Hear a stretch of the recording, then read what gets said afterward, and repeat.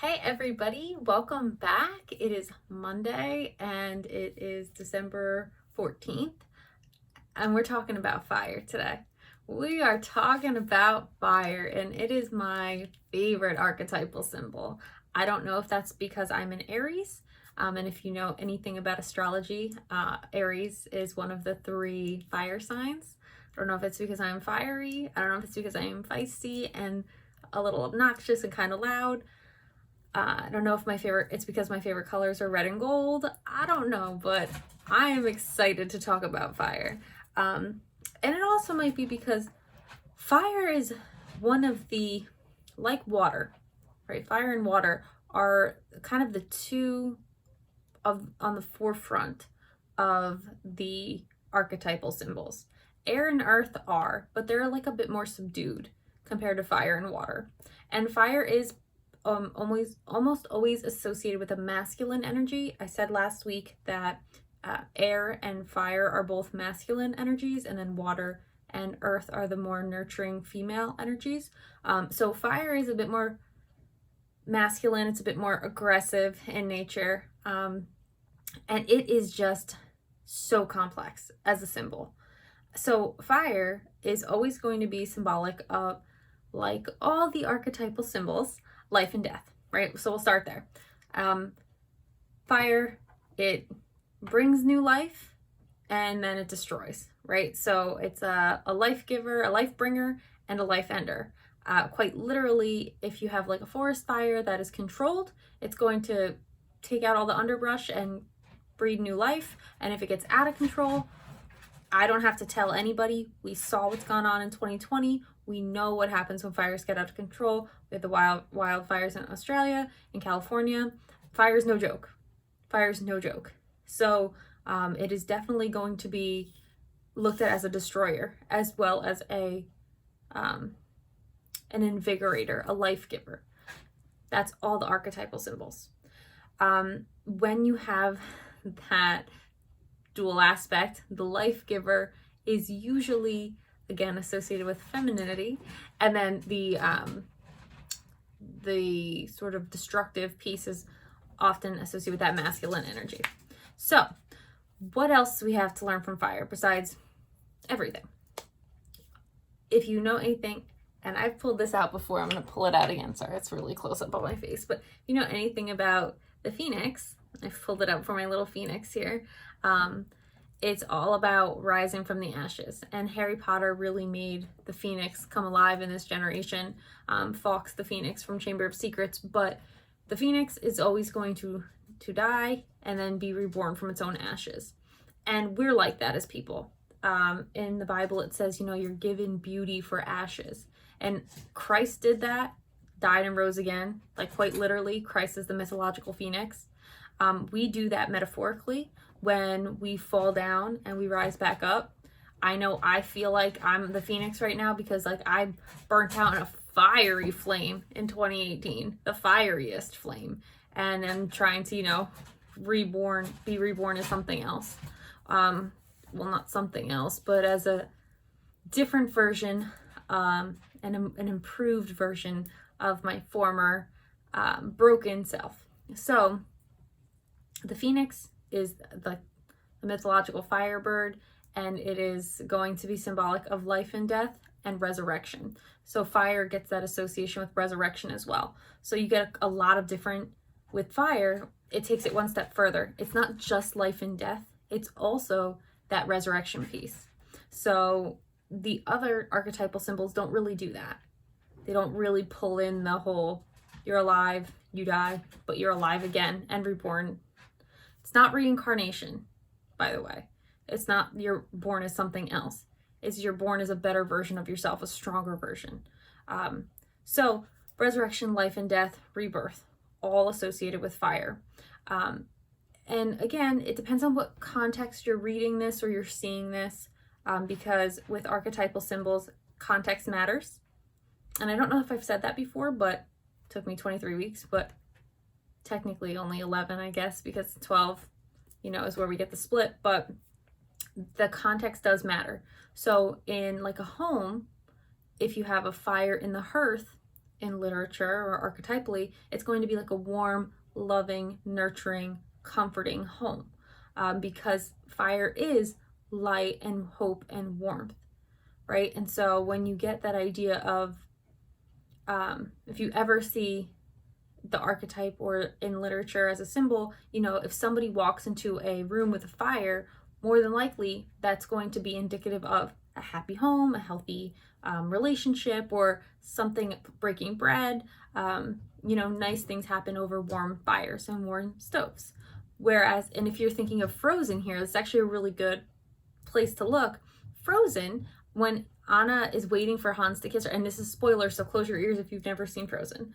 But Anna's waiting for Hans to kiss her, and the fire's on, and he's like, "Oh, well, if only someone loved you." And then he turns the fire off, and he makes it colder, right? So, Frozen has a lot of symbolism in it, honestly, but I'm not here to explore that right now in any depth. I'm just giving an overview of the idea of fire and what it means for us. And it is very indicative in our lives. So when we get that idea of a happy home, hospitality, you're going to get that fire in the hearth type of an idea. So that hope can come with that a lot of times as well. Again, it depends on your context, because if you've seen The Greatest Showman, they burned down his establishment, right? And it's that thing that he has to come up with a new idea.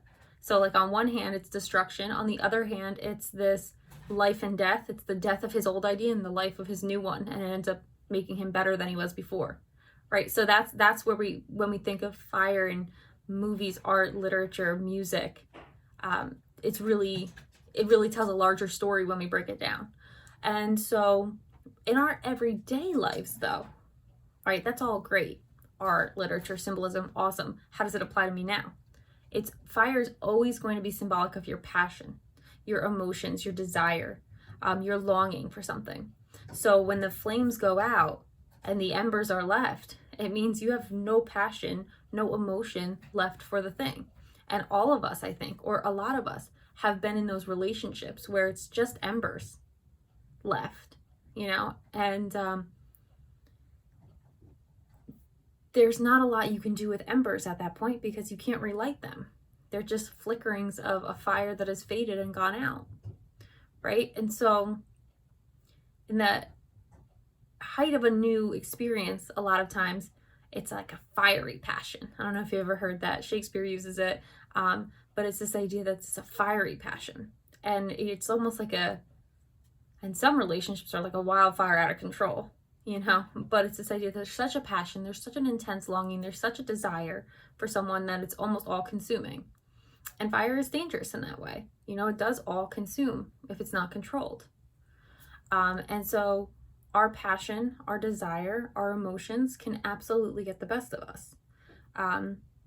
In that way, we also have, if you've ever heard the expression like a fire to put out, it's like all these little emergencies. Well, we have those within ourselves as well. So I in one of my coachings, I was talking about how what we do as sometimes like savior types. I'm just talking about archetypes in a different way, not archetypal symbols, but personality archetypes that Carl Jung brings up. But the idea of having a savior personality means you always want to put out all the fires. Hero types do this too. You always want to put out all the fires. And there's a real danger in putting out other fires before your own, right? And this is why I'm such a strong advocate for knowing yourself and self-awareness. And this is why I coach one-on-one, because what we do as humans a lot of times is let's say we're in a kitchen. Say we're in the kitchen of our home, right? Metaphorical kitchen of ourselves. And we have a fire burning on the stove that is not contained in ourselves. And then we see our neighbor, metaphorically, who has their whole house is basically on fire because their fire has gone from their kitchen to their entire structure. And you can see it, right? They're your neighbor. You can see their fire very clearly.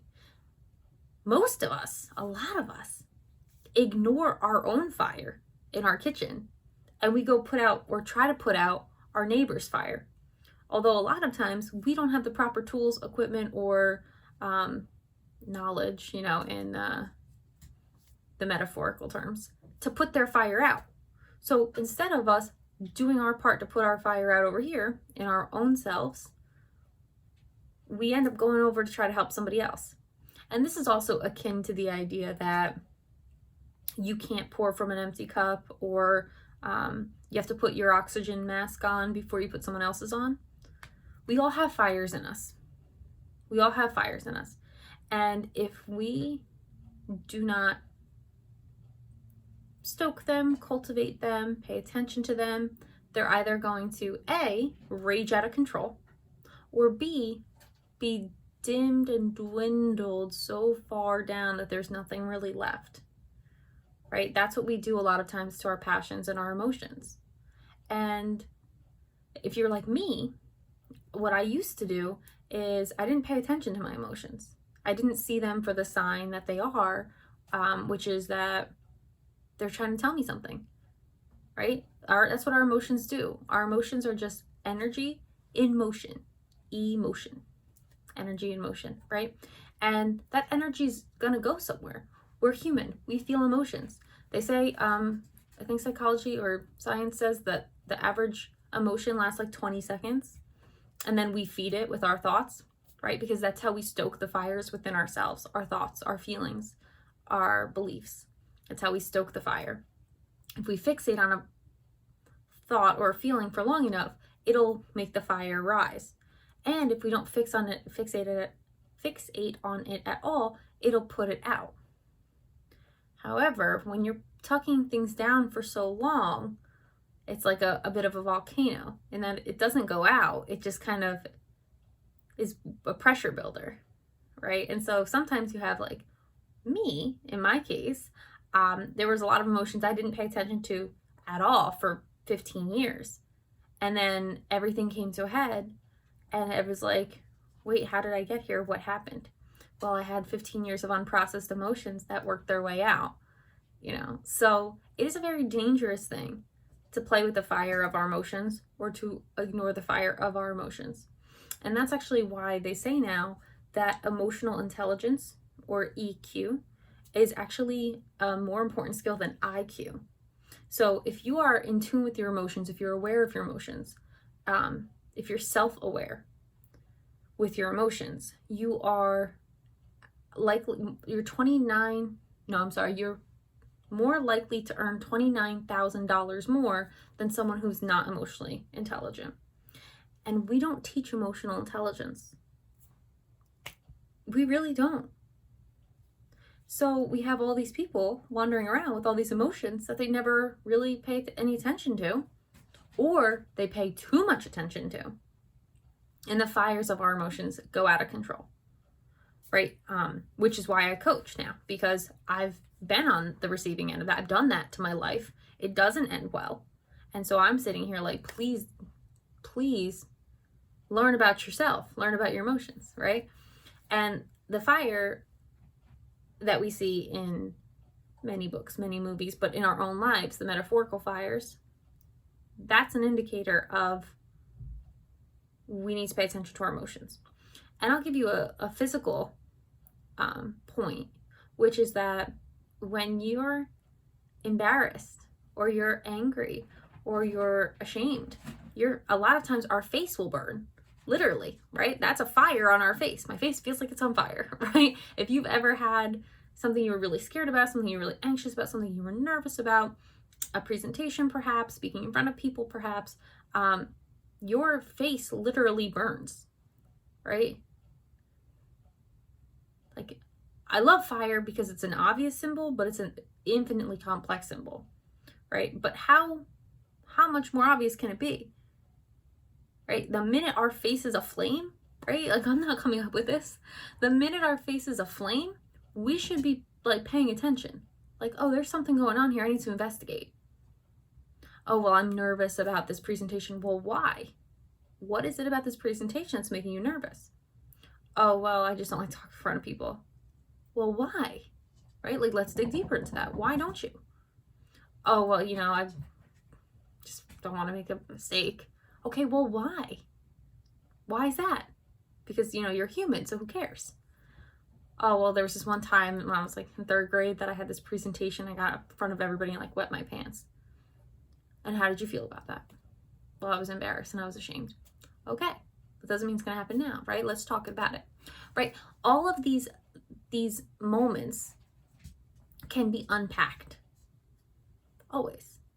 And fire is a good sign in our physical body, in metaphorical sense, that our emotions need to be paid attention to. So when you're feeling this intense like excitement or passion about something, or this longing or this desire about something, you want to check it out. And likewise, when you're feeling like there's nothing there, it's completely dead, the relationship might be cold, you want to check that out too. Because it's a good indication that like maybe you shouldn't be in a relationship with that person. Unless, of course, you're cool with no emotion or flame in a partnership, which I'm not judging because it happens. Sometimes that's just the way it goes. Pretty sure, like, and I'm not trying to get political here, but I'm pretty sure it's a pretty well-known case that like Bill and Hillary Clinton, they don't, they're not really romantic partners anymore. They're business partners. That's fine. And they take lovers on the side. Cool. Do you, I'm not saying I agree with it. I'm not saying I don't. You know what I mean? I'm just saying that's what they do. That's what people do sometimes. And sometimes, we have arranged marriages that go from business contracts to maybe not passion, but fondness. There's a lot of different ways to look at that fire that stokes or doesn't stoke a relationship. So there's more to a relationship than passion. And I think here in America, that gets lost. We forget that. We feel like, oh, if there's no passion, there's no romance, there's no relationship. Like, that's not true. It's a story for a different day, but like, that's not true, because the fires eventually go from this like bright whoosh, bonfire to like a more controlled like hearth fire or kitchen fire, or not kitchen, oven, the stove, like gas stove fire. Like, it gets moderated as you get more time that passes with a person. But there's so much to talk about with fire. There's so much. But it is always going to be a sign, metaphorically, of our emotional state, of our hope, of our light.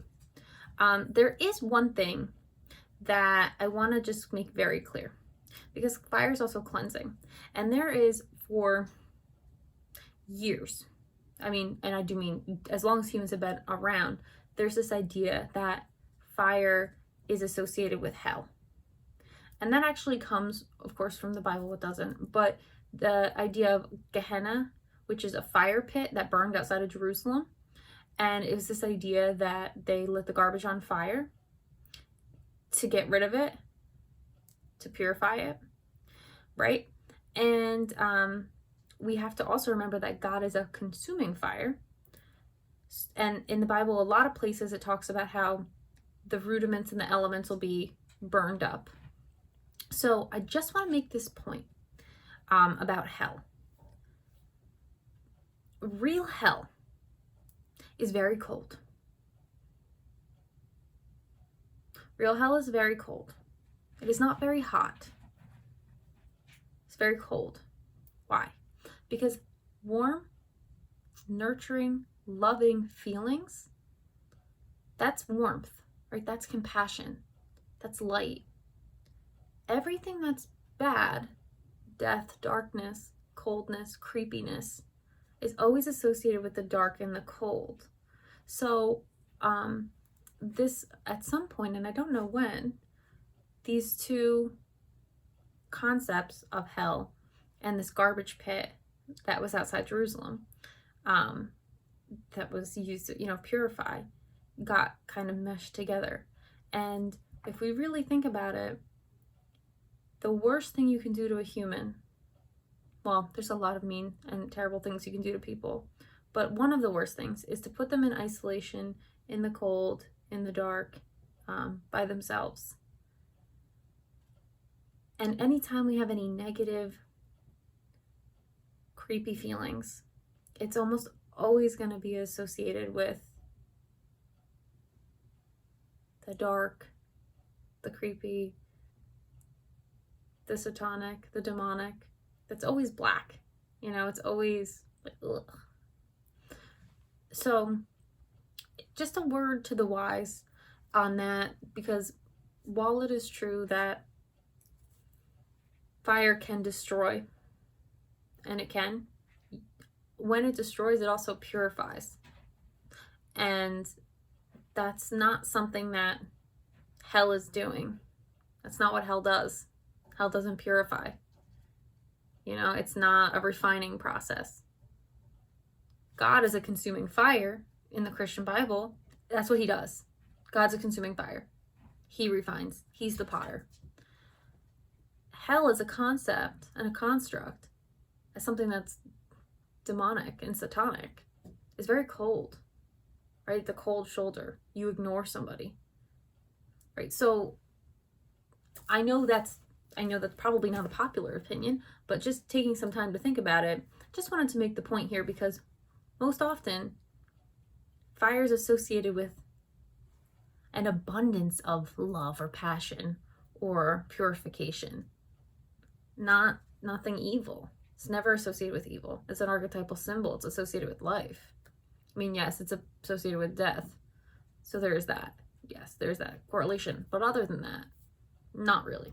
So I went a little over my time in that. And if it doesn't pertain to you, just put it on the shelf, you know, no big deal. And we are talking about fire this week. I'm excited.